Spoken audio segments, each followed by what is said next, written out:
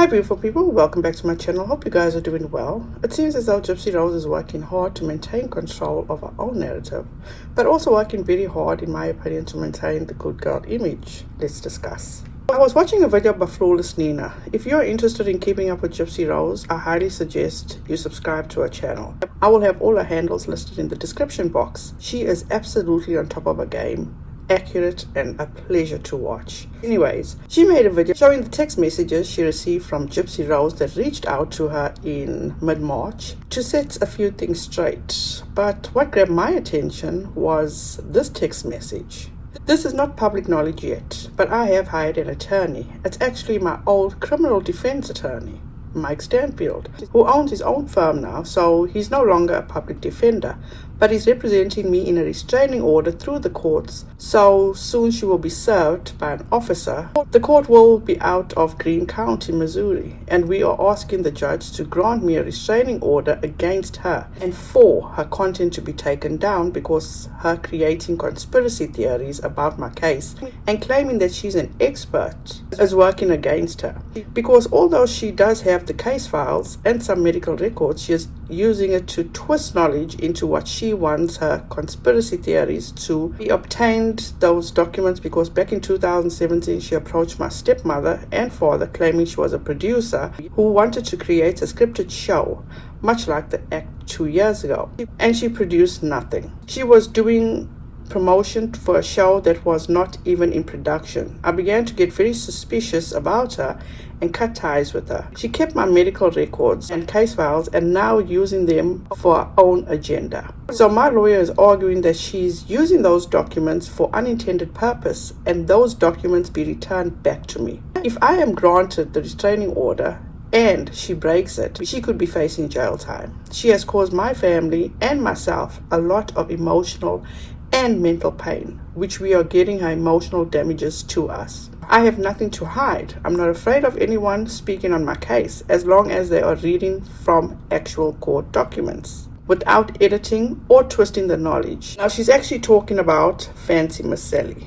Fancy does have a history with Gypsy and her family, and she also does have a YouTube channel, and she has discussed her history with Gypsy and her family, and I'll find the video and list it down below. After seeing that text message, my first thought was she's really into taking restraining orders out, since we know, and it has been recently reported that she has one against her estranged husband, and now I'm learning that she probably has one against Fancy. I have reached out to Fancy Macelli, but she has not gotten back to me. Also, I remember she was doing her press tour and she did an interview with her and Ryan and one of the producers. The same interview where she was caught squeezing Ryan's arm because apparently he spoke out of turn. But anyways, I will leave a link to that entire interview down in the description box. But also, in that interview she was asked, how does she navigate the balance between having her story shared in various forms of media and maintaining control of her own narrative? And this was her response. How do you navigate the balance between having your story shared in various forms of media and maintaining control over your narrative and personal journey? It's really hard because as much control as I'd like to have over my story and how it's shared, I can't control other people. I can control what I do. I can control what I say, but I can't control the narrative outside of myself. Unfortunately, I wish I could, because then there wouldn't be any, missteps or confusion, but I can't control the planet. So all I can do is do the best I can. First of all, I know Fancy is not everyone's cup of tea. I respect your feelings. For Gypsy on that interview saying that she knows that she cannot control anyone but herself, she sure seems hell-bent by going legal to get Fancy Macelli from speaking about her.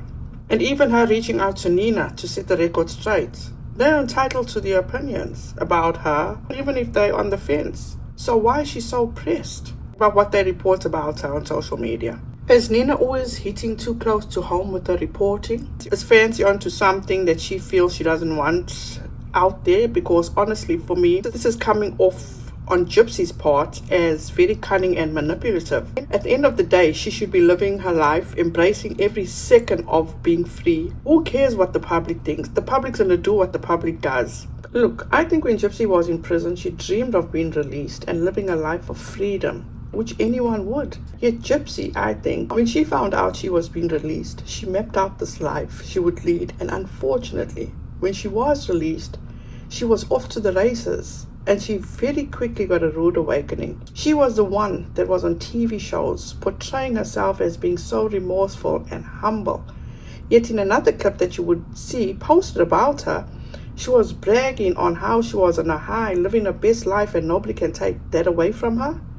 She, in my opinion, expected people to receive her with open arms because she served her time. She was this fragile kid who lived this horrible life, which she absolutely did to a certain degree, in my opinion. She felt she paid a price for the wrong she did and expected everything to be roses and rainbows. That's not how it works.